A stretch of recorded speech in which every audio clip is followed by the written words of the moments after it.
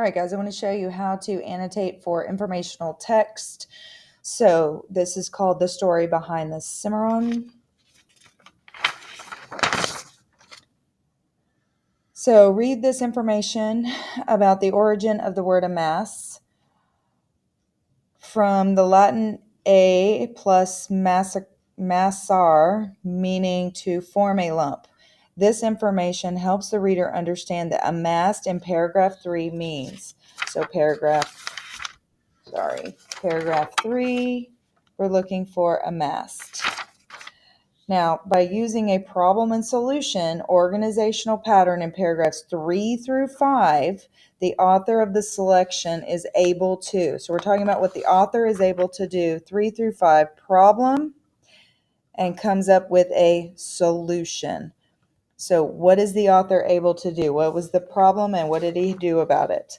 All right, moving on. Based on the information in paragraph 5, the reader can conclude that Christopher, so paragraph 5, what can we conclude about Christopher? Conclude about Christopher. Real fast. Christopher, I'm sorry, I'm going fast. All right, so according to the selection, why did Christopher decide not to include all of his father's writings? So why did he not include the father's writing? Which sentence best shows the author of the selection's attitude? Remember, this is tone toward the writing. So what is his tone? What does he think? What is his attitude? And find the sentence that shows that attitude. What makes the Cimarron unique among Tolkien's writing? What makes it unique or special?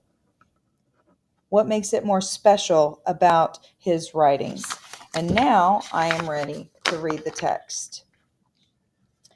J.R.R. Tolkien is best known for the world of fantasy he created in the novel The Hobbit and the trilogy The Lord of the Rings. Yet for Tolkien, one important work remained unfinished at his death in 1973. This book was The Cimarron. Okay, so unfinished text.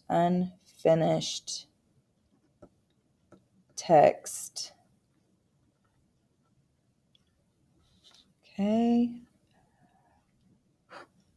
Tolkien's novels are based in fictional world.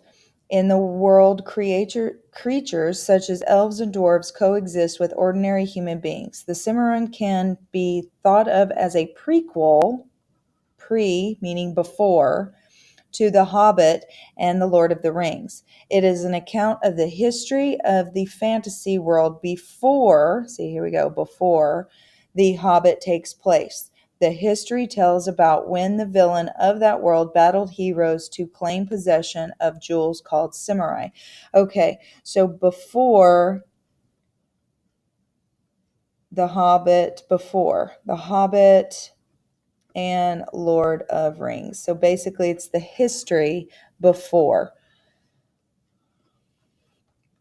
But the story of how the Cimarron was created may be just as interesting as the story told. So the story behind it. It was Tolkien's first and last work.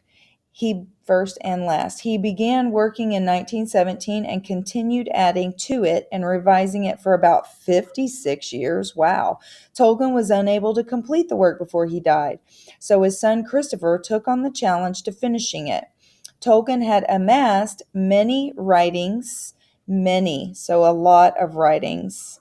Amassed a lot. So it must be a mass, like a lot of writings he wished to include in the book. Christopher thought, however, that presenting all the material would lead on only to the confusion of the reader. So he decided, so problem solution. He decided to select and arrange the pieces that together would create the most complete and understandable history of the fantasy world. Okay, so too many writings, and so he decided to select few. Decided to select some of them. All right, to accomplish this task, So to accomplish this task, he's got to do something.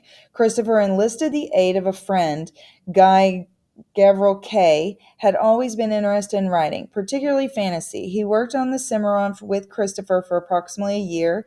The assignment changed Kay's life, and he eventually became a best-selling fantasy writer himself. Kay's work on the Cimarron undoubtedly provided training and valuable experience on his journey to becoming an author. So he got a friend to help. And it also helped the friend become an author, and helped friend become an accomplished author. All right. The published version of the Cimarron has 5 parts, which was what Tolkien wanted, but the parts had not been put together as a whole when Christopher took on the work after his father died. Some stories required organizing, and some parts were still incomplete and needed finishing. So what can we conclude about Christopher? Well, that he wanted the book to be in sections, and they weren't. And so him and Christopher helped to organize them, put them in parts. They needed to complete it and finish it. The Cimarron was published in 1977 to mixed reviews. Some people believed it was too different from what they had come to expect from Tolkien's writing. It had a grim mood and a complicated plot. Others were impressed with the masterful editing Tolkien's son had done. They knew that Christopher had started the task with many incomplete pieces. After the Cimarron, Christopher published more of his father's unfinished writings, including a children's story and a poem about King Arthur. Their publication allowed still more J.R. Tolkien's fantasies to be shared with devoted readers around the world. So mixed reviews, and he completed other pieces. So he wanted to create more. Okay, and then I would go on to my summary. Now, I read really fast for time, but I would expect you not to read that fast. So now I would go on to my summary.